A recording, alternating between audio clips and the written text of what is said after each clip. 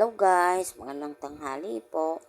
Ayan, di pa po gumagaling masyado yung aking anak. Ito po yung pinakamahirap. Pag mag-isa ka lang tapos magkakaroon ng mga karamdaman yung anak mo.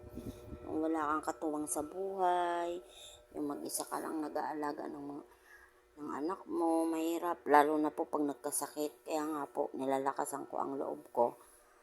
Lagi kong pinapanalangin sa Panginoon na sana hindi rin po ako magkasakit kasi paano na po yung anak ko?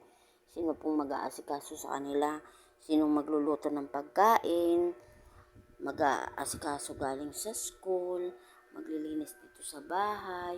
Ayun po yung lagi kong pinagdadasal kay Papa God na sana po bigyan niya po ako ng lakas at ilayo niya po ako sa anuman mga karamdaman.